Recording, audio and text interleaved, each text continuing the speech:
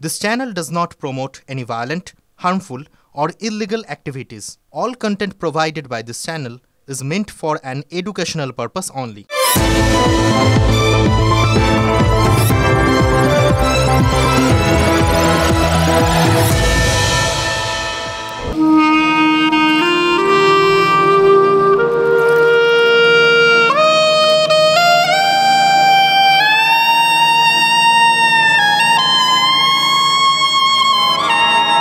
জলে কোনো দাগ নেই, সীমানা নেই, সীমান্ত নেই। তাই জলে ভাসতে ভাসতে অনেক সময় দেশের গণ্ডি গুলিয়ে ফেলেন মৎস্যজীবীরা। যেমন ৯৬ জন ভারতীয় মৎস্যজীবীর দেশ কাল গুলিয়ে গিয়েছিল মাস তিনেক আগে। বাংলাদেশে জলসীমায় চলে গিয়েছিলেন ওই ৯৬ জন মৎস্যজীবী। তার মধ্যে একজন ভারতীয় মৎস্যজীবীর জলে ডুবে মৃত্যু হয়, আর ৯৫ জনকে গ্রেপ্তার করে বাংলাদেশের নৌসেনা। আটক করার পর ভারতীয় মৎস্যজীবীদের কি করেছিল বাংলাদেশি নৌসেনা? আধার কার্ডটা নিল, মৎস্যজীবী আধার কার্ড নিয়ে ল্যাংটা করে আগে পিছে ছবি তুলেছে, একদম উলঙ্গ করে, একদম উলঙ্গ করে পিছনে হাত বেঁধে মেরেছে। ৩ মাস বাংলাদেশের জেলে বন্দি থাকার পর কদিন আগে মুক্তি মিলেছে। জলেই যাদের জীবন, জলই তাদের মৃত্যুর দোরগোড়ায় নিয়ে গিয়েছিল। যে দরজার নাম বাংলাদেশ। একসময়ের বন্ধু, এখন নিজেকে ভারতের শত্রু ভাবা বাংলাদেশ এপার বাংলার মৎস্যজীবীদের শরীরে যে শত্রুতার চিহ্ন এঁকেছে, তাতে বন্ধুর মুখোশ সরিয়ে নিজেই নিজেকে নগ্ন করেছে বাংলাদেশ।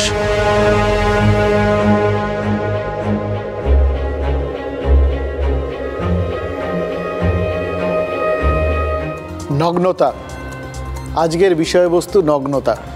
চমকালেন তো? এটাই বাস্তব। নগ্নতার একটা অদ্ভুত ক্যারেক্টার আছে, জানেন তো? মানে ওই নিরাবরণ শরীরে সমস্ত আড়াল থাকে না, বলে না, ঠিক সেই রকম। আমাদের ওই চেনা মুখের ওপর থেকে যখন আড়ালটা সরে যায় না, নগ্ন চেহারার মধ্যে থেকে আসল মানুষটা বেরিয়ে আসে। এই যখন এই মৎস্যজীবীদের বক্তব্যগুলো শুনছিলাম, কিভাবে ভারতীয় মৎস্যজীবীদের নগ্ন করে বাংলাদেশে মারা হয়েছে, তখন কি মনে হচ্ছিল জানেন? নিশ্চয়ই ওরা মনে মনে বলছেন, চেনা দুঃখ, চেনা সুখ, চেনা চেনা হাসি মুখ, চেনা আলো, চেনা অন্ধকার। ওই চেনা অন্ধকারের মতো বাংলাদেশকেও তারা হয়তো তাদের যখন নিরাবরণ করা হচ্ছিল, নগ্ন করা হচ্ছিল, তখন ওই বাংলাদেশের নগ্ন চেহারাটাও নিশ্চয়ই তারা দেখতে পাচ্ছিলেন আর ভাবছিলেন, ওই চেনা অন্ধকারের মতো বাংলাদেশকেও নতুন করে চিনছি আমরা, যে বাংলাদেশকে কোনোভাবেই নিরাবরণ শরীরে আর যাই মনে হোক বন্ধু বলা যায় না। আমাদের কষ্ট করে কিছু করতে হচ্ছে না, বিশ্বাস করুন, বাংলাদেশ নিজেই সব করে দিচ্ছে। আর যা করছে তারপর তাদের চিনতে কোনো অসুবিধা হচ্ছে না। নিজেদের নগ্ন রূপটা তারা প্রকাশ করে ফেলছে এবং সত্যটা, আমি বললাম নগ্নতাই হচ্ছে সার সত্য। দেখুন, জবের থেকে বঙ্গোপসাগরে দুদেশের এই মৎস্যজীবীরা যাচ্ছেন, তবে থেকেই তো এই সমস্যাটা রয়েছে। এটা এর জায়গা, এটা ওর জায়গা। সমুদ্রে যারা মাছ ধরতে যান তারা সবসময় এটা বুঝতে পারেন নাকি, খেয়ালই রাখেন না। ইনফ্যাক্ট এটা হয়তো তাদের অভ্যেস হয়ে গেছে, কারণ ভারত বাংলাদেশ দুই বন্ধু দেশ। এপাশ থেকে ওপাশ, ওপাশ থেকে এপাশ, মাঝে মধ্যেই মৎস্যজীবীরা জলসীমা অতিক্রম করেন, ভবিষ্যতেও করবেন, এ বিষয়ে কোনো সন্দেহ নেই। কিন্তু স্বেচ্ছায় করবেন না, কারণ তারা বুঝে গেছেন যে ওপাশের দেশটা আর বন্ধু নয়। এবার আপনারা ভাবতেই পারেন কেন এপাশ থেকে ওপাশে যায়। বললাম একটা অভ্যেস, এপাশ ওপাশ গেলেও কিছু হবে না, আর এপাশ ওপাশ হয়ে যাওয়াটাই তো দস্তুর। কারণ ডাঙায় যেরকম কাঁটাতার থাকে বা বোর্ড থাকে বা মাইলস্টোন থাকে, যেগুলো দেখে বোঝা যায় যে এখানে ভারতের শেষ, এখান থেকেই বাংলাদেশ শুরু, জলে একটা ছোটোখাটো রকম চিহ্ন থাকে, কিন্তু ওই অতল জলের মধ্যে কে কত খেয়াল রাখে বলুন তো, বোঝা যায় না। ফলে এদেশের মানুষ ও দেশের সীমানায় আকছার ঢুকে পড়েন, আবার তারা ফেরতও চলে আসেন। তার কারণ দুদেশেরই কোস্টগার্ড বা নৌসেনার কাজই হলো পাহারা দেওয়া। কেউ অনুপ্রবেশ করলে তারা তাদের ধরে ফেরত পাঠিয়ে দেন। ভারত যেরকম বাংলাদেশি মৎস্যজীবীদের আটক করে, তেমন বাংলাদেশও আটক করে। আর তারপর ভারত যেরকম তাদের খাইয়ে দাইয়ে সুস্থ করে ফেরত পাঠিয়ে দেয়, বাংলাদেশও এতদিন তাই করতো। কিন্তু দক্ষিণ ২৪ পরগনার কাকদ্বীপের ওই ৯৫ জন মাঝি আর জেলে যারা বাংলাদেশের নৌসেনার হাতে আটক হয়েছিলেন, তাদের যে অভিজ্ঞতার কথাটা আপনারা শুনলেন, সেই অভিজ্ঞতাটা তো শুধু তাদের নয়, আবার বলছি, বাংলাদেশকে আমাদের সামনে নগ্ন করে তুলল। গঙ্গাসাগর মেলার উদ্বোধন করতে গিয়ে মুখ্যমন্ত্রী প্রথম যখন এই মৎস্যজীবীদের ওপর অত্যাচারের কথাটা বলেছিলেন না, তিনিই প্রথম বলেছিলেন যে বাংলাদেশে ভারতীয় মৎস্যজীবীদের ওপর মারধর করা হয়েছে, অত্যাচার করা হয়েছে। তখন অনেকে অনেক কথা বলার চেষ্টা করেছিলেন, কিন্তু আজ বাংলাদেশের তত্ত্বাবধায়ক সরকার কি বলল? পরিষ্কার বলল তাদের দেশে কোনো ভারতীয় মৎস্যজীবীর ওপর অত্যাচারই নাকি হয়নি, নগ্ন করা তো দূরের কথা। এবার বাংলাদেশ যে সত্যি কথা বলবে এই প্রত্যাশাটা বিশ্বাস করুন আমাদের এতটুকু ছিল না, সাম্প্রতিককালের পরিপ্রেক্ষিতে তো ছিলই না। কিন্তু দেখুন, মুখ্যমন্ত্রী এক্ষেত্রে অন্তত যে রাজনীতির কথা ভেবে কিছু বলেননি, সেটা তো যারা বাংলাদেশে আটকে ছিলেন তাদের মুখের কথা তো শুনলেন। তাদের মুখের কথা থেকেই তো পরিষ্কার বোঝা যাচ্ছে আসল চেহারাটা কি এখনও দেশের। বাংলাদেশের নৌসেনা এমন অত্যাচার করেছে যে এদের এখনও অনেকে ঠিকমতো হাঁটতে চলতে পারছেন না, উঠতে বসতে কষ্ট হচ্ছে। কাজে এক্ষেত্রে মুখ্যমন্ত্রীর কথার মানরক্ষা তারাই করছেন, বা মানরক্ষার কি দরকার? তিনি প্রতিবাদ করেছিলেন, সঠিক কাজ করেছিলেন, এরা সেটাকেই সার্টিফাই করছেন। কেউ তার দিকে তো এই মুহূর্তে আর আঙুল তুলতে পারছেন না। কিন্তু বাংলাদেশের দিকে কি আঙুল কম উঠছে? দেখুন, নিজেদের ভারতের শত্রু ভাবছে বাংলাদেশ, তাই ভারতীয় মৎস্যজীবীদের সাথে বাংলাদেশের যা যা হয়েছে সেগুলো সব স্বাভাবিক বলে মনে হতে পারে সে দেশের মানুষের। কিন্তু সেই নগ্ন করার মধ্যে দিয়ে তাদের আসল চেহারাটা আমরা বুঝতে পেরেছি। তারা এখন আর বন্ধু না, শত্রু। এটাই তাদের আসল চরিত্র, এটাই তাদের আসল স্বভাব। এখান থেকেই একটা দ্বন্দ্বের শুরু, জানেন তো। যেভাবে অভিষেক বন্দ্যোপাধ্যায় রাজ্যের স্বাস্থ্য ব্যবস্থাকে নগ্ন করে দিচ্ছেন, মানে বেআব্রু করে দিচ্ছেন, সেই নগ্নতার ব্যাখ্যাটা কিভাবে করা যায় বলুন তো? মানে ব্যাখ্যা করার জন্য কিছু কথা তো বলতেই হবে, এবং সেই সঙ্গে কে করলেন, কেন করলেন, এই বেআব্রু চেহারা সামনে আসার পরিপ্রেক্ষিতে তাকে কোন চোখে কে দেখবেন, অনেকগুলো প্রশ্ন, অনেকগুলো অ্যাঙ্গেল। এগুলো নিয়ে আলোচনা করতে গেলে আপনারা জানেন, হ্যাঁ, এগুলো নিয়ে কিছু কথা বলতেই হবে। সেই কথাগুলো, যে কথাগুলো আজকে অন্তত না বললেই নয়।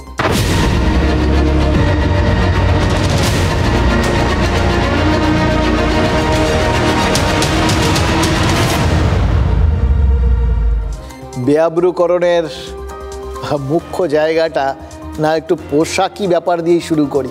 মানে পোশাকি ডেজিগনেশনটা কি? সর্বভারতীয় সাধারণ সম্পাদক। কিন্তু আসলে অভিষেক বন্দ্যোপাধ্যায় তৃণমূলের ঠিক কি বলুন তো? মানে দেখুন, এর মধ্যে কোনো জটিল বিষয় নেই। আগে কি ছিলেন, এখন কি, এসবের মধ্যে যাচ্ছি না। এটা বলার জন্য, বোঝানোর জন্য রাজনৈতিক নেতারা আছেন, বোঝাবেন তারা। দেখুন, অনেক দিন ধরেই তো অনুগামীরা তাকে তৃণমূলের সেনাপতি হিসেবে ডাকেন। 2023 সালের মার্চ মাসে সুব্রত বক্সী, তিনিও তো অভিষেককে তৃণমূলের সেনাপতি হিসেবে উল্লেখ করেছিলেন দলেরই প্যাডে লেখা তার চিঠিতে। এবার সুব্রত বক্সীর মতো নেতা, যিনি আদ্যন্ত মমতা বন্দ্যোপাধ্যায়ের আস্থাভাজন, তিনি যখন বছর দুয়েক আগেই অভিষেককে সেনাপতি হিসেবে মর্যাদা দিয়ে দিয়েছেন, তখন ধরে নিতেই হবে পোশাকি ডেজিগনেশন যা খুশি হোক, নামে কি আসে যায়, এরকম ডেজিগনেশনে কি আসে যায়। অভিষেক বন্দ্যোপাধ্যায় আসলে তৃণমূলের সেনাপতি। এবার একজন সেনাপতির যা কাজ, যা যা দায়িত্ব থাকে, অভিষেকেরও নিশ্চয়ই সেই দায়িত্ব আছে। এবার প্রশ্ন হচ্ছে, একজন সেনাপতির দায়িত্ব কি? লড়াইয়ের ময়দানে নিজের সেনাবাহিনীকে নেতৃত্ব দেওয়া, সহজ সরল ব্যাপার, কোনো জটিলতা নেই। তাদের চালনা করা এবং শত্রুপক্ষকে ঘায়েল করে যুদ্ধে জেতা। তৃণমূলের সেনাপতি অভিষেক বন্দ্যোপাধ্যায় তাহলে কাদের বিরুদ্ধে লড়ছেন? মানে আপাত দৃষ্টিতে বা নর্মালি, যে ওই বললাম জটিলতাহীনভাবে, আব্রুহীনভাবে দেখলে ধরে নিতে হবে তিনি বিরোধীদের বিরুদ্ধে লড়ছেন, তার দলের শত্রুদের বিরুদ্ধে লড়ছেন। এবার এখানেই তো জটিল প্রশ্নটা একটু একটু করে সামনে আসছে। তার দলের শত্রু আসলে কারা? তারা দলের ভেতরে আছে না বাইরে আছে? দেখুন, তিনি তার সেনাবাহিনীকে আপাতত যে কাজে নামিয়েছেন তার নাম হচ্ছে সেবাশ্রয়, লেটেস্ট ভেঞ্চার, লেটেস্ট প্রকল্প, যে প্রকল্পের মাধ্যমে অভিষেক বন্দ্যোপাধ্যায় ডায়মন্ড হারবার লোকসভার মানুষকে নিখরচায় চিকিৎসা পরিষেবা দেবেন বলে ঠিক করেছেন। আর যখন ওই আরজি কর আন্দোলনটা চলছিল তখন তৃণমূলের সঙ্গে চিকিৎসকদের যে একটা অংশের দূরত্ব তৈরি হয়েছিল, একটা কেন ম্যাক্সিমামের অংশেরই যে একটা বিরাট দূরত্ব তৈরি হয়েছিল, সেই চিকিৎসকদের সঙ্গে এই দূরত্বটা মুছে দেওয়া, এরকমই ধরে নেওয়া যেতে পারে। তখন কিন্তু বিভিন্ন চিকিৎসককে আমরা বলতে শুনেছি তারা চান রাজ্যের স্বাস্থ্য পরিকাঠামোর আমূল পরিবর্তন হোক, মানুষ যাতে হাসপাতালে গিয়ে পরিষেবা পান, সরকারি হাসপাতালে যাতে সব যন্ত্রপাতি থাকে, ওষুধপত্র থাকে, এই সমস্ত কিছু নিশ্চিত করতেই তারা আন্দোলনটা করছেন। এটাই আরজি কর আন্দোলনে যারা অংশ নিয়েছিলেন সেই ডাক্তারবাবুদের অন্যতম দাবি, অন্যতম লক্ষ্য ছিল। কিন্তু খেয়াল করে দেখুন, এবার এর মাঝখানে 3-4 মাস চলে গেছে, অতবার একটা আন্দোলন হয়ে গেল। সে আন্দোলনে সাধারণ মানুষ কতটা সাড়া দিয়েছিলেন তাই তো আপনারা জানেন, আমি আর বললার কি আছে। কিন্তু রাজ্যের স্বাস্থ্য ব্যবস্থার স্বাস্থ্য কতটা ফিরেছে, তাতে কতটা পরিবর্তন হয়েছে, সেটা আন্দাজ করতে আপনাদের খুব বেশি পরিশ্রম করার দরকার নেই। কারণ ওই স্বাস্থ্য ব্যবস্থাটার আসল চেহারাটা পরিষ্কার করে তুলে ধরার কাজটা সেটা অভিষেক বন্দ্যোপাধ্যায় করছেন। আপাতত একটা উদাহরণ এই কাজটা চালিয়ে নেওয়া যাবে। কি উদাহরণ, কার উদাহরণ, কিভাবে, এটা এক্ষেত্রে খুবই গুরুত্বপূর্ণ। কারণ ঘটনাচক্রে এই উদাহরণটার সঙ্গে অভিষেক বন্দ্যোপাধ্যায় ভুলে যান, তৃণমূলের সর্বভারতীয় সাধারণ সম্পাদকের নামটা জড়িয়ে গেছে। বলা ভালো, অভিষেক বন্দ্যোপাধ্যায় আছেন বলেই আমরা বুঝতে পারছি আরজি কর আন্দোলনে যখন ফুল মোশনে চলছিল তখন তৃণমূল কংগ্রেসের কনফিডেন্স লড়িয়ে দিতে পারলেও রাজ্যের স্বাস্থ্য পরিকাঠামোর কোনো বদলই ঘটাতে পারেননি। সেটা আরজি কর আন্দোলনের আগেও যেমন ছিল এখনও তেমন আছে। এবং ওই বাইরের রং চং, হ্যাঁ, সেগুলো দেখে ওই নামটা বড় বড় নাম, সুপার স্পেশালিটি, হ্যানত্যান, এই সমস্ত দেখে এগুলো আসলে বহিরঙ্গের সজ্জা, পোশাক আশাক, সেগুলোকে জাস্ট খুলে বাইরে ফেলে দেওয়ায় যেটা দেখা যাচ্ছে সেটা ওই যা ছিল তাতেই আছে। ন যজৌ নতস্তৌ, নট নরঞ্চরণ, সোজা বাংলায়। নাহলে জলপাইগুড়ির ময়নাগুড়ির বাসিন্দা সাইদ হোসেন আর সুলতানা পারভিনকে তাদের 2 বছরের মেয়েকে নিয়ে প্রথমে জলপাইগুড়ি থেকে কলকাতা, তারপর আবার কলকাতা থেকে জলপাইগুড়ি, তারপর আবার জলপাইগুড়ি থেকে কলকাতা, এই করতে করতে আলটিমেটলি কলকাতা হয়ে ডায়মন্ড হারবার অবধি ছুটে যেতে হয়। কারণ ওই ছোট্ট একরত্তি মেয়েটাকে একটা চিকিৎসা দেওয়ার প্রয়োজন ছিল।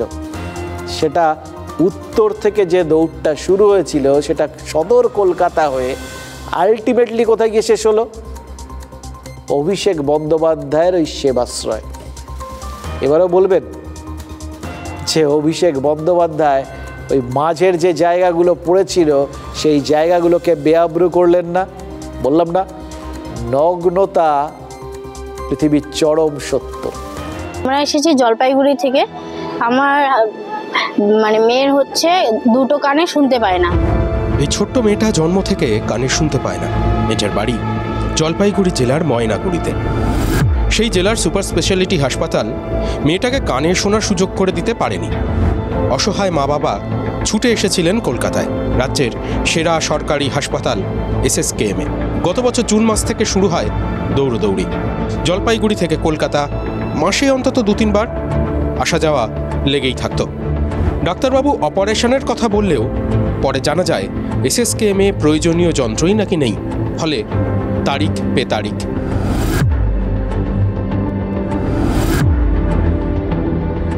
আমরা পিজি হসপিটালে মোটামুটি 7 মাস থেকে যাওয়া আসা করছি এই অপারেশনের জন্য। আমরা অপারেশনের জন্য এসেছি।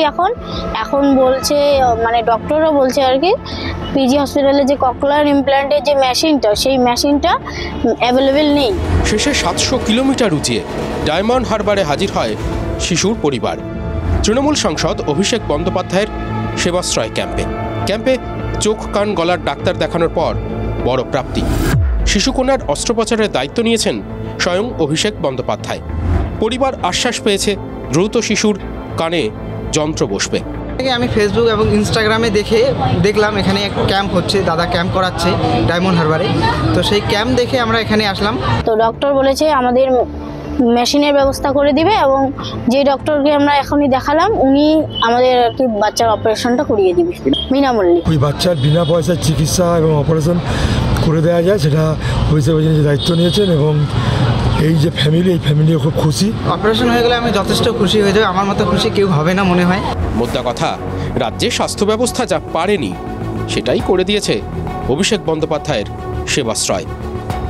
এক নগ্নতায় আমরা বাংলাদেশের মুখ চিনতে পেরেছি, এখনকার মুখটা আসল মুখ।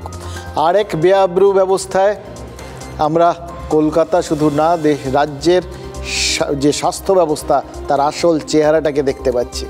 দেখুন, শহর কলকাতা তো শুধু নয়, এসএসকেএম তো রাজ্যের সেরা সরকারি হাসপাতাল, আর সেই হাসপাতালেই কত দিন ধরে যাতায়াত করেছে বলুন তো, এই সুদূর উত্তর থেকে 7 মাস।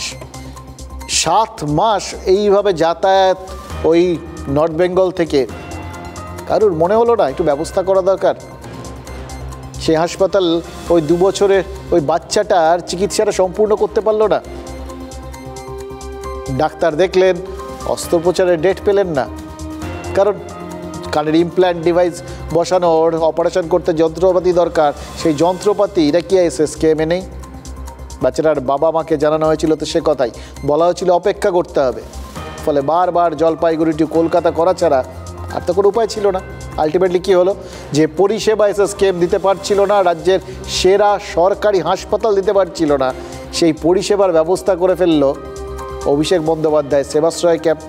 এসএসকেএমের মতো হাসপাতালেও যে পরিষেবা পাওয়া যাচ্ছিল না, তার ব্যবস্থাটা হয়ে গেল এত সহজে। এবার কেউ যদি সরকারি হাসপাতালে পরিষেবা না পান, তার এরকমভাবেই সমস্ত ব্যবস্থা অভিষেক বন্দ্যোপাধ্যায় করে দেবেন, আমাদের সর্বভারতীয় সাধারণ সম্পাদক। এই কথাটা কি জোর গলায় প্রচার করতে পারবে তৃণমূল কংগ্রেস? একটা বাচ্চার চিকিৎসা করাতে তার বাবা মাকে এসএসকেএম হাসপাতালে অন্যায় ঘুরতে হচ্ছিল, সেটা এই যে পলকে তার যাবতীয় ব্যবস্থা হয়ে গেল। এই সমাধানটুকু হওয়ার জন্য কলকাতা ছেড়ে উত্তরবঙ্গের বাসিন্দা একটা পরিবারকে যে ডায়মন্ড হারবারে আসতে হলো, এটা কার পক্ষে ভালো বিজ্ঞাপন?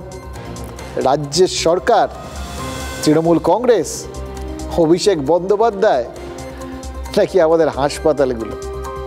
কার কৃতিত্ব এটা? 2রা জানুয়ারি সেবাশ্রয় ক্যাম্প শুরু হয়েছে। গতকাল পর্যন্ত ওই ক্যাম্পে ডাক্তার দেখিয়েছেন 1 লক্ষেরও বেশি মানুষ। 7 দিনে 1 লক্ষাধিক মানুষ ওই ক্যাম্পে এসছেন বলে অভিষেক নিজে জানিয়েছেন। গতকাল 30,000-এর বেশি মানুষ গেছিলেন সেবাশ্রয়ে। এবার দেখুন, এই কথাগুলো এটা তো নর্মাল কোর্সে একটা ইঙ্গিতবাহী বিষয়, কিন্তু যে কথাটা অভিষেক বা কোনো তৃণমূল নেতা বলছেন না, সেটা হলো এই সময়ে ডায়মন্ড হারবারের বিভিন্ন সরকারি হাসপাতালে রোগীর সংখ্যা কমছে। সরকারি হাসপাতালে না গিয়ে ব্যক্তিগত উদ্যোগে চালু হওয়া একটা স্বাস্থ্য শিবিরে বেশি মানুষ যাচ্ছে। এটা জেনেও যাচ্ছেন এটা সাময়িক একটা ব্যবস্থা। এই আনন্দটা একা অভিষেকের, নাকি গোটা তৃণমূল কংগ্রেসের, নাকি এটা গোটা রাজ্যের স্বাস্থ্য ব্যবস্থার লজ্জা? তো সাধুবাদ জানাই বা সমর্থন করি, পাশাপাশি ওনাকে বিনয়ের সঙ্গে আবেদন করব যে ওনার পার্লামেন্ট কনস্টিটিউশনতে উনি করছেন, আস্তে আস্তে যাতে অন্যান্য যেসব জায়গায় স্বাস্থ্য পরিষেবা এখনও কিছুটা হলেও ঘাটতি আছে, সেসব জায়গাতে শুধু যদি উনি এই ধরনের কিছুটা সহযোগিতা করেন, তাহলে সাধারণ মানুষ কিন্তু প্রচণ্ডতে উপকৃত হবে। সারা বাংলার স্বাস্থ্য ব্যবস্থা যারা যায়, সারা বাংলার স্বাস্থ্য পরিষেবা যারা দেখছে, সবাই জানে যে মুখ্যমন্ত্রী শুধু ফেলিওর নয়, মুখ্যমন্ত্রীরা ফেল করাচ্ছেন। দিদির উচিত যে তার দলের একটা মহান নেতা, সে সেবাশ্রয় নামক যে সেবা করছে, তার মডেল বিভিন্ন রাজ্যের গ্রামে গ্রামে সেখানটায় সেটা হোক, দুয়ারে সেবাশ্রয় চালু হয়ে যাক। এই ধরনের একটা ঘটনা ঘটছে, অভিষেকের তো উচিত যে অবিলম্বে ওনার দলের যে পদ আছে সেটা ছেড়ে দেওয়া, কারণ ওনারই দলের মুখ্যমন্ত্রী তথা নেত্রী হচ্ছে স্বাস্থ্যমন্ত্রী। অভিষেকের কি সেই ক্ষমতা হবে যে স্বাস্থ্যমন্ত্রীর পদত্যাগের দাবি করা? আচ্ছা, হুমায়ুন কবির আমতা আমতা করে বেশ কত বড় একটা রাস্তা দেখিয়ে দিলেন ভাবতে পারছেন? এবং তার মধ্যে একটা সহৃদয় ব্যাপার আছে। তিনি দলের কথা ভেবেছেন, ওই রাজ্যের স্বাস্থ্য ব্যবস্থার কথাও ভেবেছেন, ওই এক টানে সব জামা কাপড় খুলে দেওয়ার কথা ভাবেননি। তিনি অনেক রেখে ঢেকে ওই অল্প বিস্তর যেটুকুনি ফাঁক আছে না, সেটা ভরাট করার জন্য অভিষেক বন্দ্যোপাধ্যায়কে তার কনস্টিটিউয়েন্সির থেকে বেরিয়ে রাজ্যের অন্যত্র যেতে বলেছেন। এই বার্তাটা তিনি আসলে কাকে দিলেন, আর এই বার্তাটার ফল কি হবে, এবং তার থেকেও বড় প্রশ্ন এরপর হুমায়ুন কবিরের কি হবে? খেয়াল করে দেখুন, এর আগেও যখন অভিষেক বন্দ্যোপাধ্যায় তার নিজের কনস্টিটিউয়েন্সিতে ওই 100 দিনের কাজের টাকা দেওয়া শুরু করেছিলেন, ভাতা দেওয়া শুরু করেছিলেন, আবাসের টাকা দেবেন বলেছিলেন, তখনও তো বিভিন্ন জায়গা থেকে একটু আধটু করে তাকে আমন্ত্রণ জানানো শুরু হয়েছিল, একটু এদিকেও আসুন না, আমাদের কথাও ভাবুন না। আর তারপরেই রাজ্য সরকারকে বাধ্য হয়ে সব জায়গাগুলোতে টাকা পয়সা দেওয়া শুরু করতে হয়েছিল। এবার সেই একই রাস্তা তো খুলে দিলেন হুমায়ুন। রাজ্যের কী হবে বলুন তো? রাজ্য সরকারের চাপটা ভাবতে পারছেন? এই সেবাশ্রয় মডেলটা সফল হওয়ায় এই যে হুমায়ুন কবির অভিষেক বন্দ্যোপাধ্যায়ের অকুণ্ঠ প্রশংসা করলেন, আর একই সঙ্গে বললেন সেই কথাটা যেটা বিরোধীরা বলেন, রাজ্যের সব জায়গায় মানুষ ঠিকভাবে স্বাস্থ্য পরিষেবা পান না, স্বাস্থ্য পরিকাঠামোয় ত্রুটি আছে। এই দুটো কথা ভরতপুরের তৃণমূল বিধায়ক বললেন। এর আগে এই হুমায়ুন কবির কি বলেছিলেন মনে আছে? বলেছিলেন মমতা বন্দ্যোপাধ্যায় অত্যন্ত ব্যস্ত, তাই তার পক্ষে পুলিশ ডিপার্টমেন্টের সব কাজকর্ম নজর রাখা সম্ভব হচ্ছে না, ফলে রাজ্যে আইন শৃঙ্খলার অবনতি হচ্ছে। হুমায়ুন কবির বলেছিলেন অভিষেক বন্দ্যোপাধ্যায়কে যদি 2026-এ উপমুখ্যমন্ত্রী করা হয় এবং অভিষেককে যদি পুলিশ মন্ত্রীর দায়িত্ব দেওয়া হয়, তাহলে রাজ্যের ল অ্যান্ড অর্ডার সিচুয়েশনে আরও উন্নতি হবে। আচ্ছা, এই হুমায়ুন কবিরের ঠিক কী হয়েছে বলুন তো? মানে ঠিক কি বলতে চাইছেন বলুন তো? মানে কাকে তিনি আলটিমেটলি অস্বস্তিতে ফেলছেন? মানে ওই যে রেটে এগোচ্ছেন, অভিষেক বন্দ্যোপাধ্যায়ের খোদ তো এরপর অস্বস্তিতে পড়ে যাবেন। এক এক করে বেছে বেছে মুখ্যমন্ত্রীর হাতে বা তার দলনেত্রীর হাতে যে দফতরগুলো আছে, সেই দফতরগুলোকেই অভিষেককে দেখভাল করতে বলছেন। এবার আর বাকি কি রইল ভাবতে পারছেন? স্বাস্থ্যও গেল, পুলিশও গেল, আর কি বাকি রইল? না, এরপর এটাও আমরা অপেক্ষা করে রইলাম কবে হুমায়ুন কবির কি বলেন তার জন্য। এসবের মধ্যে আমরা নেই বাবা। হুমায়ুন কবির যে রেটে এগোচ্ছেন সব বলে দেবেন কিছুদিনের মধ্যে। দেখুন, এই মুহূর্তে যেভাবে তাকে মানে ওই পুলিশের কথাটা বলায়, পুলিশ দপ্তরের হাত বদল করতে বলায় যেভাবে শোকজের মুখে পড়তে হয়েছিল, সেই একই কারণে এবার তাকে কি খরা হবে সেটা আমরা ঠিক জানি না, কিন্তু বলতে কিন্তু কিছু বাকি রাখেননি। এবার এই যে রাজ্যে 26টা মেডিকেল কলেজ, 42টা সুপার স্পেশালিটি হাসপাতাল রয়েছে, এই যে তৃণমূল দাবি করে তারা ক্ষমতা আসার পর স্বাস্থ্য পরিকাঠামোর আমূল বদল হয়ে গেছে, সেই দাবির ওপর একজন তৃণমূল বিধায়কই যে ভরসা রাখতে পারছেন না, এই সত্যটাকে তো বেআব্রু করে দিলেন হুমায়ুন কবির নিজে। সেটা বেআব্রু করার ক্ষেত্রটা প্রস্তুত করে দিলেন কে? অভিষেক বন্দ্যোপাধ্যায়, তৃণমূলের সর্বভারতীয় সাধারণ সম্পাদক। বন্দ্যোপাধ্যায় যেটা পার্সোনাল লেভেলে যেভাবে উনি ইনিশিয়েটিভ নিয়ে তার লোকসভায় মানুষকে পরিষেবা দিচ্ছে, এটা যদি আমরা বিধায়করা, আলাদা যারা এমপি আছে, তারাও যদি এই ধরনের কোনো কারো সাহায্য নিয়ে কোনো জায়গা থেকে অর্থ সাহায্য যোগান দিয়ে যদি এটা মানুষের পাশে থাকে, খারাপ কি?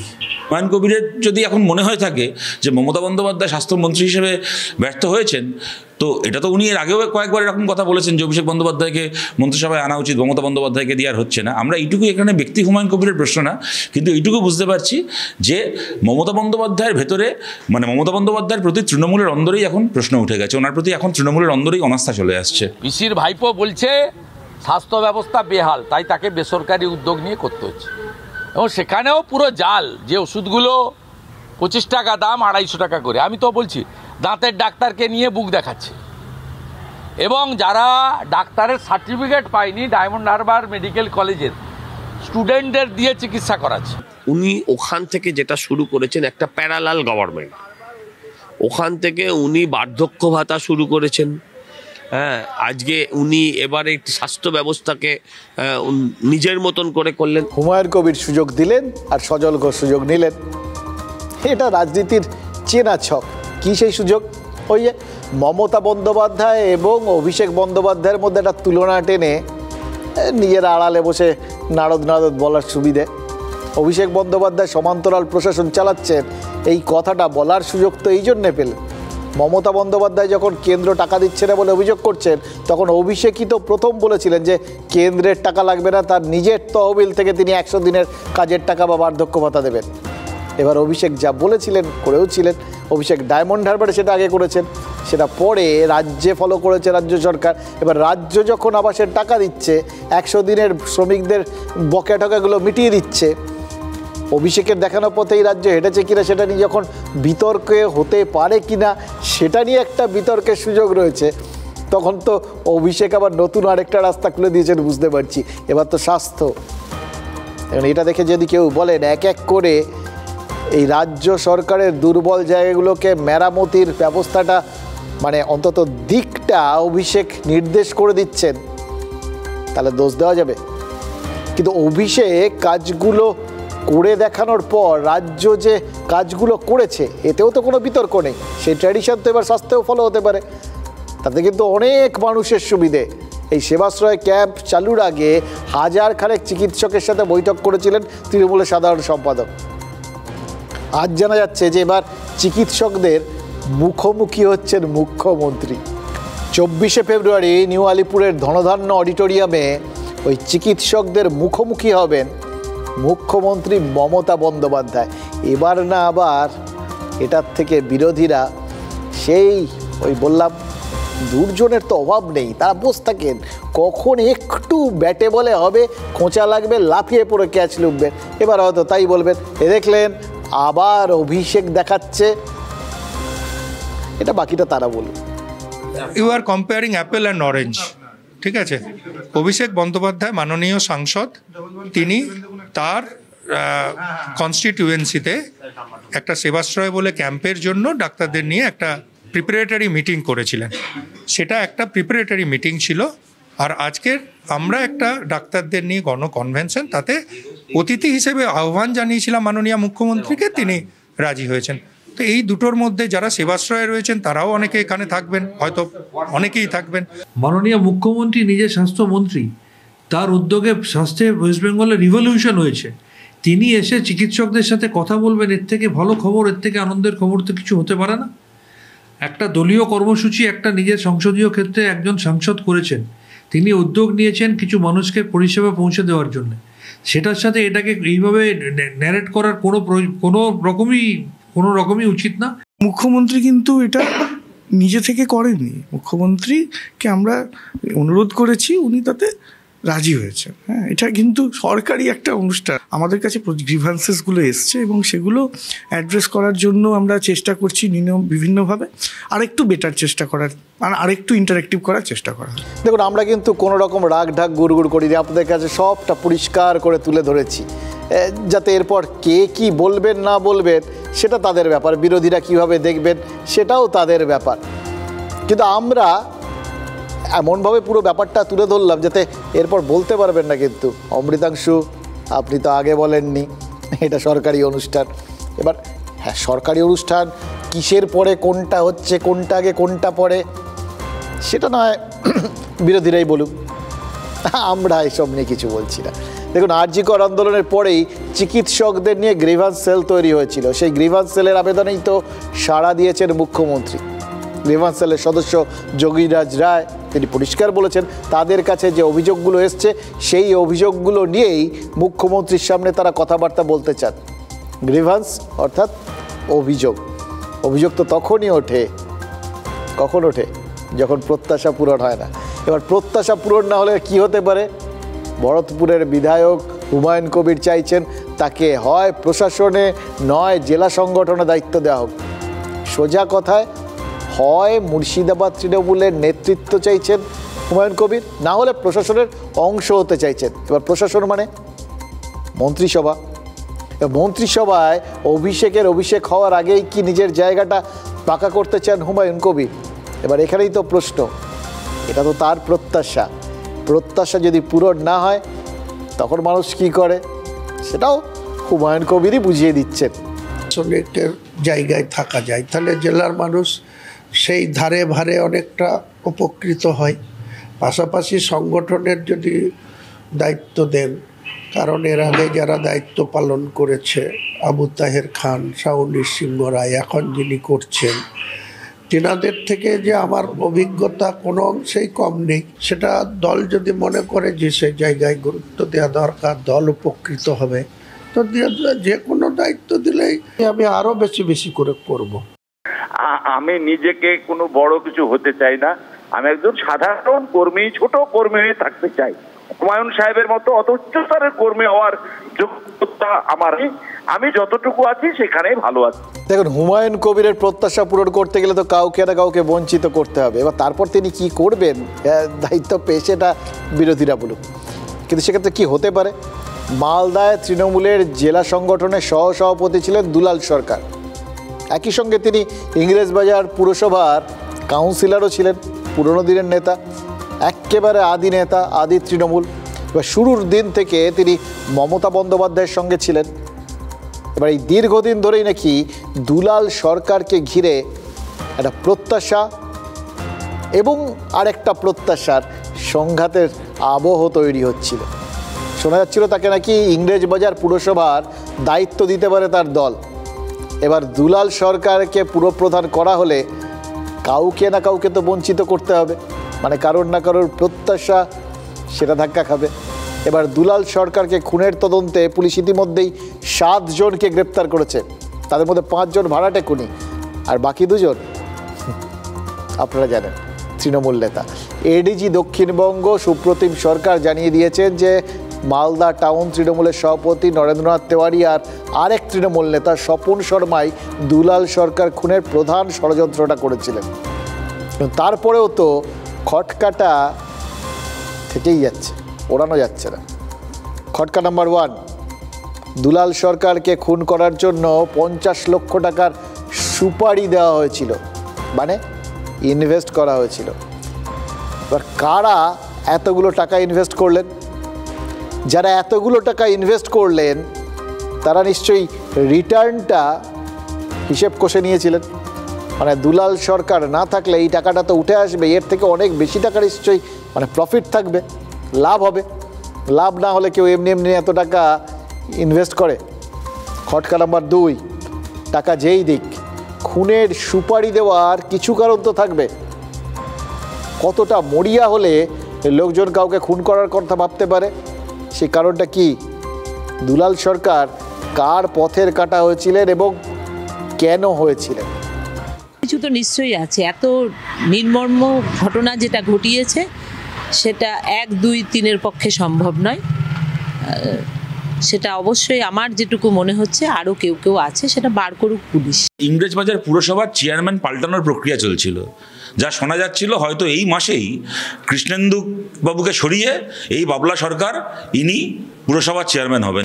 এই যে প্রক্রিয়ার মধ্যে দিয়ে তৃণমূল যাচ্ছিল, বাবলা সরকার এইভাবে খুন হওয়ায় সবচেয়ে বেশি উপকৃত যে মালদায় হলো তার নাম হচ্ছে, সেই লোকটার নাম হচ্ছে কৃষ্ণেন্দু নারায়ণ চৌধুরী। পুলিশ সম্পূর্ণ ব্যাপার দেখছে, এনকোয়ারি করেছে, এনকোয়ারি করে কয়েকজনকে অ্যারেস্ট করেছে, আর এদেরকে পরে অ্যারেস্ট করে নিয়েছে। নরেন্দ্রনাথ তিওয়ারির সঙ্গে তো আপনার ঘনিষ্ঠতা আছে? হ্যাঁ, একটা সময় যখন কংগ্রেস করতাম আমরা তখন ওইও করতো, তারপর একদিন তৃণমূলে এসেছিল, হয়ে গেছে। কিন্তু যদি কেউ ক্রাইম করে সেই ক্রাইমের সঙ্গে আমরা আমাদের আশা আছে যে পুলিশ তদন্তকে আরও নিচে নিয়ে যাবে এবং যদি কেউ সাথে যুক্ত থাকে, সে যত বড় মাথা থাকুক না কেন, তাকে খুঁজে বের করবে। কৃষ্ণেন্দু নারায়ণ চৌধুরী কি কখনো আপনাদের সঙ্গে আলোচনা করেছে যে নরেন্দ্রনাথ তিওয়ারি দুলাল সরকারকে হামলা করতে পারে, সেটা শেষ করে দিতে পারে? এরকম কোনো আলোচনা আমাদের দলীয়ভাবে হয়নি। মারার জন্য এরকমই তো সুপারি কিলার পাঠানো হয়েছিল। মেয়াদ পিস্তলটা ওই বুঝতে পারেনি আর কি কতটা গুরুত্বপূর্ণ, টাইমলি গন্ডগোল হয়েছিল, তাতে বেঁচে গেছে। এবার এটা তো জানার দরকার, তার মানে কারা ওই সুপারি কিলারটা ভাড়া করে আনলেন আর কেন আনলেন। দেখুন, প্রত্যাশা আর প্রত্যাশা পূরণ এ দুটো সম্পূর্ণ আপেক্ষিক বিষয়। আমাদের প্রত্যাশাটা আমরা পেশ করলাম, এটা আরও অনেকের প্রত্যাশা, সেই প্রত্যাশা পূরণ হবে কি না সেটাও পরবর্তী সময়ে জানা যাবে। আসলে রাজনৈতিক জমি দখল বা ক্ষমতা দখলের প্রত্যাশাগুলো স্বার্থ সিদ্ধির বিষয়, ব্যক্তিগত স্বার্থ। এখানে গণ্ডগোলের অপশানটা সব সময় থাকে, তাই ঝামেলা অশান্তিও হচ্ছে, মারামারি কাটাকাটি এমনকি খুনোখুনিও হচ্ছে। কিন্তু আরেকটা প্রত্যাশা, সেটা সমাজের সার্বিক প্রত্যাশা। কি সেটা? নিরাপত্তা আর জাস্টিস। আজ তিলোত্তমার ধর্ষণ আর খুনের 5 মাস পূরণ হলো। 18ই জানুয়ারি তিলোত্তমা খুন ধর্ষণ মামলার রায়দান। 9 আগস্ট থেকে 18ই জানুয়ারি 5 মাস 9 দিন পর একটা প্রত্যাশা পূরণের জায়গা তৈরি হয়েছে। কে দোষী? সঠিক দোষী কি শাস্তি পাবে? দেখুন, 18ই জানুয়ারি জানাবে শিয়ালদা আদালত। এখন পর্যন্ত শুধু সঞ্জয় রায়ের বিরুদ্ধেই চার্জ গঠন হয়েছে। তার মানে সঞ্জয়কেই দোষী সাব্যস্ত করা, শাস্তি ঘোষণার সম্ভাবনাটা প্রবল। প্রশ্নটা এখানেই, প্রত্যাশা পূরণ কি হচ্ছে? পুলিশ সঞ্জয়কে ধরেছিল, সিবিআই সঞ্জয়কেই মূল অভিযুক্ত বলছে। তাই সঞ্জয়ের দোষী সাব্যস্ত হওয়া মানেই তো প্রত্যাশা পূরণ হওয়া। এর বাইরে তো আর কোনো প্রত্যাশা থাকতে পারে না। যদি সেই সত্যি সত্যি অপরাধী হয়, সেই ধরা পড়েছে, তারই বিরুদ্ধে ব্যবস্থা যদি নেওয়া হয়, হয়ে গেল প্রত্যাশা পূরণ। মুশকিল কি জানেন? এই সঞ্জয়ের দোষী সাব্যস্ত হওয়াকে প্রত্যাশা পূরণ বলে মানতেই চাইছেন না তিলোত্তমার বাবা মা। প্রত্যাশা পূরণ হচ্ছে না তারা বলছেন। আর শুধু তারা নয়, ওই আন্দোলনকারী জুনিয়র ডাক্তারবাবুরাও তো তাই একই কথা বলছেন। বিরোধীরা অবশ্য প্রত্যাশা পূরণের কথা বলছে না, কিন্তু তৃণমূল কি বলছে? তৃণমূল বলছে ইতিমধ্যে তারা বলেওছে তাদের প্রত্যাশা পূরণ হয়ে গেছে, পুলিশ ঠিক কাজ করেছিল, এটা প্রমাণিত হয়ে গেছে। সেটা আদালতেও প্রমাণিত হবে, সিবিআইও বলে দিয়েছে, এবং ইতিমধ্যেই জনতার আদালতে সেটা প্রমাণিত হয়ে গেছে। কারণ 6-6টা উপনির্বাচনেই তারা জিতে গেছে। তার মানে প্রত্যাশা পূরণের ব্যাপারটা খেয়াল করে দেখুন, পুরোটাই আপেক্ষিক, যে যার মতো করে ভাবছে। এবার যে যার মতো করে যদি ভাবে বা এই অপশনসটা যদি থাকে, মানে যদি প্রত্যাশা পূরণ বিষয়টা পুরোটাই আপেক্ষিক হয়, তাহলে প্রত্যাশা পূরণ হয়নি এটাও কিন্তু যে কেউ বলতে পারে। দেখুন, যে আন্দোলনকে সামনে রেখে প্রথমবার নজিরবিহীন রাত দখল হয়েছিল, সেই আন্দোলনের মূল দাবিটা পূরণ হচ্ছে। নিরাপত্তার কথা বলছি। আজ সমাজের বিশিষ্টদের একাংশ, যার মধ্যে অপর্ণা সেনরাও ছিলেন, তারা সাংবাদিক বৈঠক করলেন। তারা দাবি করলেন কি? নিরাপত্তার অভাব রয়েছে। এই জন্য তারা মুখ্যমন্ত্রীকে চিঠিও দিচ্ছেন। তার মানে খেয়াল করে দেখুন, তিলোত্তমার ওই ধর্ষণ এবং খুনের রায়দান এবং নারীর নিরাপত্তা, দুটো প্রত্যাশাই যে পূরণ হয়ে গেছে, সেটা আজকের তারিখেও অনেকেই মানছেন না। আমরা তো বলছি যে নিরাপত্তার অভাব রয়েছে, যে ধারণাটা রয়েছে তার সঙ্গে বাস্তব অবস্থার একটা তফাৎ রয়েছে। সেই তফাৎটা আমরা যে চাই যে দূর হয়ে যাক। পুলিশ 5 দিনে যা করেছিল, আমার মনে হয় সিবিআই 5 মাসে সেটা করে সঞ্জয়কে একা সাজা ঘোষণা করলো। আমরা এটাতে সন্তুষ্ট নয় বলে সাপ্লিমেন্টারি চার্জশিট আসবে, কিন্তু আমরা ফার্দার ইনভেস্টিগেশনের জন্য হাইকোর্টে মামলা করেছি। আপনি যদি এখনো মনে করেন যে একাধিক ব্যক্তি এই ঘটনায় জড়িত, যারা বাইরে এখনো প্রকাশ্য দিবালোকে ঘুরে বেড়াচ্ছে, তাহলে কিসের ট্রায়াল? তথ্য প্রমাণ লোপাট কারা করেছিল, কেন করেছিল, কোন মোটিভে করেছিল? তো এই প্রশ্নের তো কোনো উত্তর হলো না। আমরা প্রত্যেকে চেয়েছি দোষীরা শাস্তি পাক, দোষীরা চিহ্নিত হোক, বিচারক। সেই অপেক্ষায় সবাই আমরা তাকিয়ে আছি। এবার 18 তারিখ যাক, 18 তারিখ যখন এখনো আশা করছি যে মানে এত মানুষের এত কষ্ট, এত মানুষের এত হাহাকার, এত চোখের জল তো আর বিফলে যাবে না। তদন্ত কি কমপ্লিট হলো? সাপ্লিমেন্টারি চার্জশিট কি গেল? প্রিন্সিপালকে অপরাধী বলে চিহ্নিত করা হলো? তার পিছনে কে? ধামাচাপা দেবার একটা প্রচেষ্টা চলছে, আমি শুধু এইটুকু বলতে পারি। দেখুন, আলটিমেটলি কার কার প্রত্যাশা পূরণ হবে, কার হবে না, তার পরিপ্রেক্ষিতে আবার কি হবে, রাত দখল না দিন দখল, বা দখলদারিটা হাতছাড়া হবে, সেগুলো পরের প্রশ্ন। কিন্তু প্রত্যাশা পূরণ না হলে কি হয়, সেটা সব থেকে বেশি টের কে পাচ্ছেন জানেন? মোহাম্মদ ইউনূস। যে আন্দোলনের মধ্যে দিয়ে তাকে এই তত্ত্বাবধায়কের দায়িত্ব দেওয়া হয়েছিল, সেই ফ্রান্স থেকে চলে এসে দেশের মাথায় বসে গেলেন। নোবেল জয়ের পরেও যিনি দেশে ঢুকতে পারছিলেন না, তিনি এখন দেশের দণ্ডমুণ্ডের কর্তা হয়ে বসে গেলেন। এবার তাকেই তো প্রত্যাশা পূরণের তাগিদটা তারা করে বেড়াচ্ছে, এবং এমন একটা জায়গায় ব্যাপারটা পৌঁছে গেছে, ওই প্রত্যাশা পূরণ না হওয়ার যে ক্ষোভ, সেটা তাকে আরেকটা আন্দোলন দিয়ে উৎখাতের হুঁশিয়ারি দিয়ে বসছে। আন্দোলন, বিপ্লব, বিদ্রোহ, এর মধ্যে ডিফারেন্স আছে জানেন তো। শেখ হাসিনাকে উৎখাত করতে ছাত্র আন্দোলন হয়েছিল জুলাইতে। আন্দোলনটা যে শুধুমাত্র কোটা বিরোধী ছিল না, নেপথ্যে যে জামাত আর বিএনপি রয়েছে এবং তাদের মূল লক্ষ্য যে ছিল শেখ হাসিনা, সেটা তো পরবর্তী সময় একদম জলের মতো পরিষ্কার হয়ে গেছে। এই আন্দোলনের মধ্যে দিয়ে ইউনূসের ক্ষমতা দখল, ইউনূস এবং পরে পরিষ্কারও করে দিয়েছেন আমেরিকায় গিয়ে। আমেরিকায় তখন বাইডেন প্রশাসন এবং ক্লিনটনের সামনে গিয়ে তিনি বলেছেন যে একটা অনুষ্ঠানে, যে এটার পেছনে একটা সুদূর তার মতে পরিকল্পনা ছিল, সুষ্ঠু পরিকল্পনা। এটা শেখ হাসিনার সামনে তুলে ধরলে তিনি বলছেন এটা ষড়যন্ত্র ছিল, সুপরিকল্পিত ষড়যন্ত্র।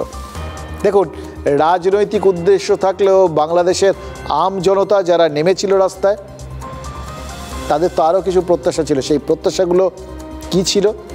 নিরাপত্তা, শান্তি শৃঙ্খলা ফেরা, দ্রব্যমূল্য হ্রাস, একটা সুস্থ সবল প্রগতিশীল দেশ। সোজা কথায় নিজেরা একটু ভালো থাকতে চেয়েছিল, খুব বড় চাওয়া। কিন্তু সেটা না করে ইউনূস কি করলেন? ভারত বিদ্বেষটা চারপাশে জ্বালিয়ে দেওয়ার চেষ্টা করলেন, ভারত বিদ্বেষের আগুনটা, এবং মৌলবাদীদের হাতে দেশটাকে তুলে দিয়ে দেশটাকে উচ্ছন্নে যাওয়ার ব্যবস্থা করে দিলেন। তার রেজাল্ট এবার দেখুন, নিরাপত্তা শিখে, আইন শৃঙ্খলা শিখে, জিনিসপত্রের দাম সেটাও ওই সমস্ত বাঁধন ছাড়া হয়ে আপন মনে নদী আপন বেগে যেরকমভাবে যায় সেরকমভাবে চোঁচো করে দৌড়চ্ছে। সপ্তাহ দেড়েক আগে সে দেশের প্রথম সারির সংবাদপত্র প্রথম আলোতে কি লেখা হচ্ছে জানেন? বাংলাদেশের দরিদ্র জনগণ বর্তমান খাদ্য মূল্য বৃদ্ধির কারণে বাধ্য হয়ে খাদ্য গ্রহণ কমিয়েছেন। ভাবতে পারছেন? এত দাম, লোকজন খাওয়া দাওয়া কমিয়ে দিয়েছে। শুধু তাই নয়, মাছ, মাংস, ডিম, দুধ ইত্যাদি প্রোটিনের মাত্রা কমিয়ে শুধু ভাত বা আটা জাতীয় শর্করা দিয়ে পেট ভরাতে বাধ্য হচ্ছেন। আরও মজা কি জানেন? এই ভাত, মানে এই ভাতটা যাতে তাদের মুখে ওঠে, সেজন্য সেটা সরবরাহ থেকে হচ্ছে আমাদের দেশ থেকে, চাল যাচ্ছে আমাদের দেশ থেকে। আর দরিদ্ররা, তারা হয়তো পেট ভরে ওই ভাতটুকুও খেতে পাচ্ছে না। এখান থেকেই ট্রান্সফরমেশন, আন্দোলন থেকে বিপ্লবের সম্ভাবনা। এতদিন মার খাওয়া, অত্যাচারিত হওয়া বিরোধী দল আর সংখ্যালঘু সংগঠনগুলোর কামব্যাক শুরু হয়েছে জানেন তো, ঘুরে দাঁড়াতে চাইছে তারা।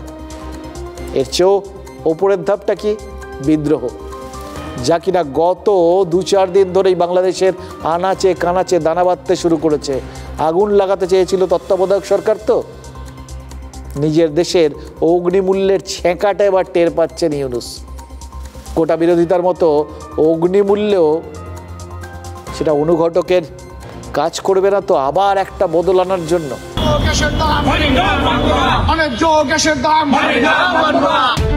নিত্য প্রয়োজনীয় জিনিসপত্রের দাম যে হারে বেড়েছে, তাতে সে দেশের সাধারণ মানুষের নাভিশ্বাস ওঠার জোগাড়। সরকারেরও ভাঁড়ে মা ভাবানি, তাই একাধিক জিনিসের ওপর বাড়তি কর বসানো হয়েছে। দাম বেড়েছে রান্নার গ্যাসের, ফলে হেসেলে উনুন জ্বালানোই দায় বাংলাদেশের অনেক পরিবারের। মধ্যবিত্ত ও নিম্নবিত্ত পরিবারের অসন্তোষের সেই আগুনে ঘি ঢেলেছে শিল্পক্ষেত্রে গ্যাসের দাম 2.5 গুণ বাড়ানোর সিদ্ধান্ত। প্রতিবাদ নেমে এসেছে রাস্তায়। সরকারকে 48 ঘন্টার সময়সীমা বেঁধে দিয়ে জোরালো আন্দোলনের হুঁশিয়ারি দিয়েছে জাগ্রত বাংলাদেশ নামে একটা সংগঠন। এই সরকার 5 মাস অতিবাহিত হতে না হতেই মানুষের নাভিশ্বাস তুলে ফেলেছে। দ্রব্যমূল্যর অনিয়ন্ত্রণ, বিভিন্ন জায়গায় কর আরোপ, বিভিন্ন বিশৃঙ্খলা সহ বিভিন্ন জায়গায় ব্যর্থ হয়েছে। বাংলাদেশ ইনস্টিটিউট অফ ডেভেলপমেন্ট স্টাডিজের সাম্প্রতিকতম এক সমীক্ষা রিপোর্ট বলছে, দরিদ্ররা দুবেলা ভাতটুকু খেতে পারছে না। মাছ, মাংস, দুধ, ডিম জাতীয় প্রোটিন ছেড়ে আটা জাতীয় শর্করা খেয়ে দিন কাটছে অনেক বাংলাদেশির। এই অন্যায্য কর চাপিয়ে দেওয়া হয়, যদি চালের দাম বৃদ্ধি করা হয় অন্যায্যভাবে, যদি মোবাইলের কর অন্যায্যভাবে বৃদ্ধি করা হয়, যদি গ্যাসের দাম বৃদ্ধি করা হয় অন্যায্যভাবে, এটা আমরা বাংলার জনতা কোনোভাবেই বরদাস্ত করবো না। দ্রব্যমূল্য বৃদ্ধির প্রতিবাদ সংগঠিত হচ্ছে বাংলাদেশে, যা মনে করিয়ে দিচ্ছে ভারতের আরেক প্রতিবেশী দেশ শ্রীলঙ্কার কথা। 2023 সালে দ্রব্যমূল্য বৃদ্ধির জেরে জেরবার হয়ে যান দ্বীপরাষ্ট্রের মানুষ। আকাশ ছুঁয়ে ফেলে নিত্য প্রয়োজনীয় জিনিসপত্রের দাম, পেট্রোল ডিজেল থেকে রান্নার গ্যাসের অভাব, বিদেশি মুদ্রার ভাণ্ডার তলানিতে পৌঁছানো, আন্তর্জাতিক বাজারে বিপুল ঋণের ভার, এই সব কিছুতে জর্জরিত শ্রীলঙ্কায় কার্যত ক্ষোভের আগ্নেয়গিরির বিস্ফোরণ ঘটে। সেই দৃষ্টান্ত থেকে কি শিক্ষা নেয়নি বাংলাদেশের মোহাম্মদ ইউনূসের নেতৃত্বাধীন তত্ত্বাবধায়ক সরকার? কারণ তথ্য বলছে বাংলাদেশে 130 টাকা পর্যন্ত দাম উঠেছে মার্কিন ডলারের, যা 145 থেকে 150 পর্যন্ত পৌঁছতে পারে বলে আশঙ্কা করা হচ্ছে। অবিলম্বে এই ষড়যন্ত্র থেকে এবং এই সিদ্ধান্ত থেকে সরে আসতে হবে, নাইলে জাগ্রত বাংলাদেশ সারা বাংলাদেশের ছাত্র জনতাকে নিয়ে কঠিন থেকে কঠিন কর্মসূচি দেবে। আগামী 48 ঘন্টার মধ্যে যদি এই প্রস্তাবনা থেকে হটে না আসে সরকার, তাহলে সারা বাংলাদেশকে অচল করার মতো কঠিন থেকে কঠিন কর্মসূচি দেব। বাংলাদেশের তত্ত্বাবধায়ক সরকারের প্রধান মোহাম্মদ ইউনূস, যিনি অর্থনীতিতে পণ্ডিত মানুষ, তার হাতে কি বাংলাদেশের অর্থনৈতিক অস্থিরতা ঠেকানোর চাবিকাঠিটুকু নেই? সীমান্তে অহেতুক যুদ্ধজিগির না তুলে নিজের দেশে সাধারণ মানুষের মুখে দুবেলা দুমুঠো ভাত তুলে দেওয়া, তাদের খানিকটা স্বস্তি দেওয়াই কি তাঁর উচিত নয়? এই প্রশ্নটা জোরালোভাবে উঠছে বাংলাদেশেই। উত্তর দিতে হবে দ্রুত। মোহাম্মদ ইউনূসের হাতে সময় মনে হচ্ছে বড্ড কম। সত্যিই বড্ড কম, জানেন তো, খুব কম সময়। ইউনূসকে 48 ঘন্টার ডেডলাইন দেওয়া হয়েছে। 48 ঘন্টার মধ্যে দাম না কমালে ছাত্র জনতাকে নিয়ে তীব্র আন্দোলনের ডাক দেওয়া হয়েছে। আমার শুধু সেই কথাগুলো মনে পড়ছে, ওই যে 3 দিনের মধ্যে কলকাতা দখল, 4 দিনের মধ্যে ওড়িশা দখল, ওইসব কী সব বলছিলেন না? ইউনূস তখন চুপ করেছিলেন, খুব মজা পাচ্ছিলেন, ভাবছিলেন পড়শি দেশে আগুন লাগাতে পারলে কি ভালোই না হয়। আগুন বড় সর্বনেশে জিনিস, সেটা এখন টের পাচ্ছেন। লাগাতে গিয়ে আগুন যে কখন নিজের দেশে লেগে গেছে টের পাননি। অবশ্য ইউনূসের কি, দেশে আগুন লাগবে, তিনি ফ্রান্সে গিয়ে নিরোর মতো বেয়ালা বাজাবেন, এই তো হবে। পড়শি দেশ যারা স্বাধীনতা এনে দিয়েছিল তাদের দিকে ওই ঘৃণার আগুন ছড়ানো হলে না এরকমই হয়। কারণ ইতিহাস বলে কি জানেন তো, যারা বিশ্বাসঘাতক তারা কখনো ক্ষমা পায় না, তাদের কোনো না কোনো সময় ফল ভোগ করতেই হয়। এবার দেখুন, মাত্র 5 মাসেই তার এমন অবস্থা, ওই যাকে বলে ছেড়ে দে মা কেঁদে বাঁচি। বাংলাদেশের আরেকটা পড়শি দেশ হচ্ছে মায়ানমার। মায়ানমারের সুকির অবস্থাও তো এরকম হয়েছিল। ইউনূস কি এখন সুকির মুখটা বারবার দেখতে পাচ্ছেন? অথবা অন্য দেশে যাওয়ার কি দরকার আছে? নিজের দেশেরই শেখ হাসিনার মুখটা কি মনে পড়ছে? তাকে যা তিনি দিয়েছিলেন সেটাই কি ফিরে তার জন্য চলে আসছে? সম্ভাবনা বাড়ছে। কিন্তু বাংলাদেশের পূর্ব পাড়ের প্রতিবেশী ওই মায়ানমারে দীর্ঘদিন ধরে সেনা শাসন চলছিল, যার বিরুদ্ধে একটা সময় আন্দোলন গড়ে তুলেছিলেন সুকি, আং সান সুকি। ক্ষমতা থেকে যার ফলে সরতে হয় সেনাকে। গোটা বিশ্বজুড়ে তিনি বিরাটভাবে প্রশংসা পেয়েছিলেন। স্টেট কাউন্সিলর বা প্রধানমন্ত্রী হয়েছিলেন, নোবেল শান্তি পুরস্কার জয়ী। হ্যাঁ, সুকিও নোবেল শান্তি পুরস্কার পেয়েছিলেন। সুকি আর ইউনূস দুজনেই নোবেল শান্তি পুরস্কার পেয়েছেন, আর দুজনেই ক্ষমতার থেকে কাউকে সরিয়ে ক্ষমতা পেয়েছিলেন। আর দুজনের বিরুদ্ধেই একইভাবে ওই নোবেল শান্তি পুরস্কারের অপব্যবহারের একটা অভিযোগ উঠেছে। সুকির বিরুদ্ধেও যখন গণতান্ত্রিক আন্দোলনকে সেনারা আলটিমেটলি দমন করছে, তখন সুকিও নাকি সেটাকে সমর্থন করেছিল। তখন তো প্রশ্ন উঠেছিল, এর জন্যই কি উনি নোবেল শান্তি পুরস্কার পেয়েছিলেন? ইউনূসের কথা ছেড়ে দিন, দেখতেই তো পাচ্ছেন। দেখুন, এই গোটা বিষয়টায় একটা জিনিসই খুব পরিষ্কার, বাঘের পিঠে চড়ার ঝুঁকিটা বড় মুশকিলের। বাঘ পিঠে বসে থাকাও মুশকিল, বসে থাকতে দেয় না, নাড়ায়। আর যদি সামনে পড়ে যান তাহলে তো খেয়ে নেবে। মানে নিজের তৈরি বাঘ এখন গিলতে চাইছে ইউনূসকে। তাই নজর ঘোরাতে এবার প্রশাসনকেও ভারতের বিরুদ্ধে কাজ করাচ্ছেন তিনি। দেওয়ালে পিঠ থেকে যে বুঝতে পেরেই তো সীমান্তে পায়ে পা লাগিয়ে উস্কানি দিচ্ছেন, যাতে বিদ্রোহের অভিমুখটা অন্তত আরেকটু ঘুরে আরেকবার ভারত বিদ্বেষের সেন্টিমেন্টটা বড় হয়ে ওঠে। ওপরে বিএনপি আর জামাতপন্থীরা ভারত বিদ্বেষী হাওয়া খেতে পছন্দ করেন। পেটে ভাত না জুটলেও ভারতের বিরুদ্ধে কথা বলেই তারা শান্তি পান। আজও তো বৈষ্ণবনগরে কাঁটাতার দেওয়ার কাজে বিএসএফকে বাধা দেওয়া হয়েছে। রোহিঙ্গাদের দিয়ে উত্তক্ত করার চেষ্টার অভিযোগও রয়েছে। প্রতিরোধ করছে, কিন্তু এখনও একবারও প্রত্যুত্তর দেয়নি। আমি দেখছিলাম আর ভাবছিলাম এটা থেকে অনেক কিছু শেখার আছে, জানেন তো। এরকমভাবে অন্যতম বৃহৎ গণতন্ত্রের যে কত একটা গুরুত্বপূর্ণ ভূমিকা থাকে এবং বিচক্ষণতা থাকে, সেটা কিন্তু ভারত দেখাচ্ছে। ভারত জানে ভারত যদি একবার এক পাও বাড়ায় তাহলে বাংলাদেশের কি অবস্থা হবে, বিজিবি ছেড়ে দিই।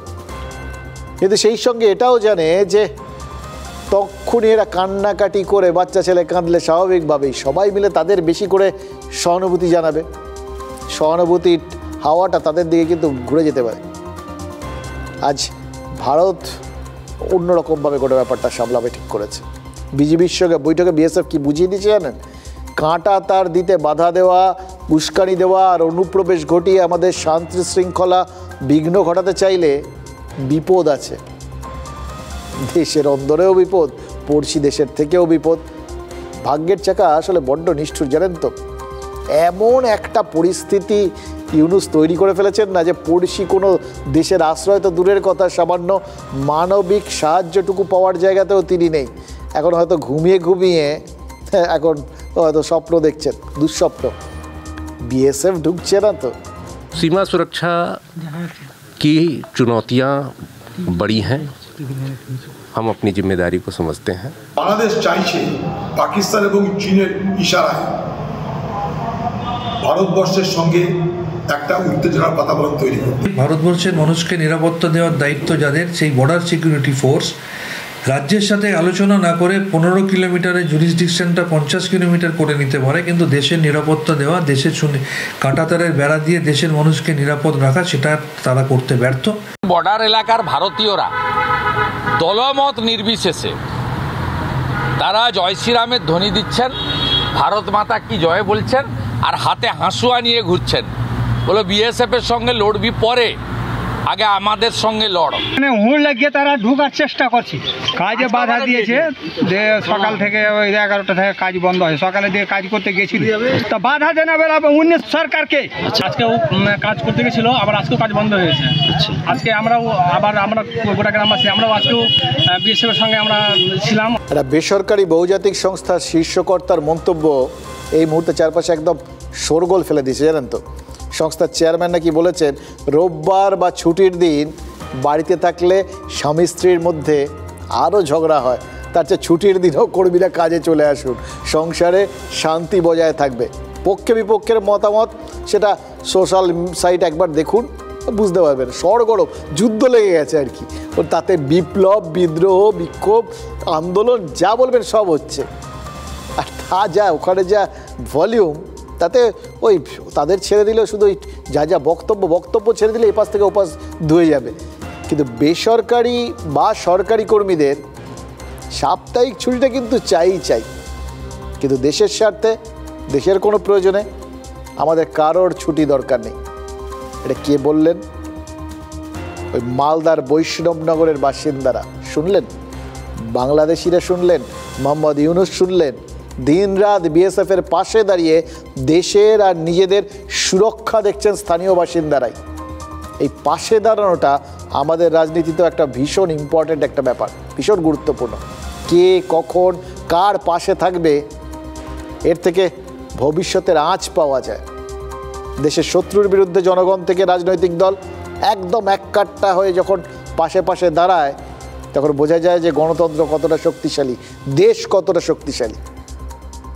তখন বিপক্ষ শত্রুরা ভয় পায়।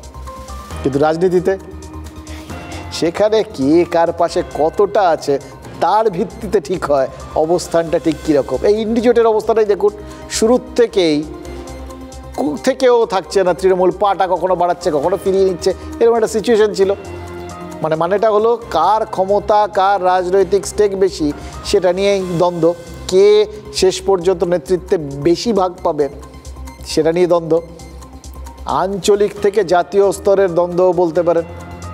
তৃণমূলের একটা স্টান্স আছে জানেন তো, এটা দেখলে বুঝতে পারবেন। কংগ্রেসের ছোঁয়াটা যত ইন্ডিজোটে থাকুক তারা কিন্তু এড়িয়ে চলে। এবার আরেক দল মানে ইন্ডিজোটের আরেক শরিক আপ, তারাও জানিয়ে দিয়েছে যে দিল্লি নির্বাচনে তারা কংগ্রেসের সঙ্গে কিন্তু নেই। আর এতে আবার তাকে সমর্থন জানিয়েছে তৃণমূল। এবার কংগ্রেস, আপ, তৃণমূল তিনজনই ইন্ডিজোটে রয়েছে। এবার তাদের এই কে কার পাশে থাকছে সেটা নিয়ে প্রত্যেকেই কিন্তু কড়া কড়া বক্তব্য রাখছে। তাহলে জোটের ভবিষ্যৎটা টের পাচ্ছেন। তবে এর মধ্যেও একটা সূক্ষ্ম নজর ঘোরানোর খেলা আছে জানেন তো। আপ বিধানসভা ভোটের আগে একের পর এক দুর্নীতির অভিযোগে ঘায়েল হয়েছিল। এবার দুর্নীতি ইস্যু বলুন বা গোষ্ঠীদ্বন্দ্ব, তৃণমূলেরও তো কম আঘাত নেই। সঙ্গে জুড়েছে বাংলাদেশ নিয়ে এই বঙ্গের রাজনৈতিক মেরুকরণ এবং ধর্মীয় মেরুকরণের সম্ভাবনা। এই আবহে আপ আর তৃণমূল কংগ্রেসকে পরিত্যাগ করে আলোচনার অভিমুখটা ঘুরিয়ে দিতে চাইছে কি? রাজনৈতিক দল আর নেতাদের এই ঘুরিয়ে দেওয়ার অভিজ্ঞতা থেকে বলছি, নইলে আচমকা দিল্লির ভোট নিয়ে একটু বেশি মাথা কামিয়ে ফেলছে না তৃণমূল? ভাবতে হচ্ছে কিন্তু তৃণমূল কি চাইছে আপাতত নজরটা রাজ্য থেকে সর্বভারতীয় স্তরে মানে রাজধানীতে শিফট হয়ে যাক, ঠিক যেরকমভাবে মোহাম্মদ ইউনুস ভাবছেন তার বিরোধিতাটা তার দিক থেকে ভারতের দিকে শিফট হয়ে যাক। বললাম রাজনীতির অঙ্কটা সবসময় কিন্তু চেয়ার কেন্দ্রিক হয়, ইহার ওপর সত্য আর কিচ্ছু নাই।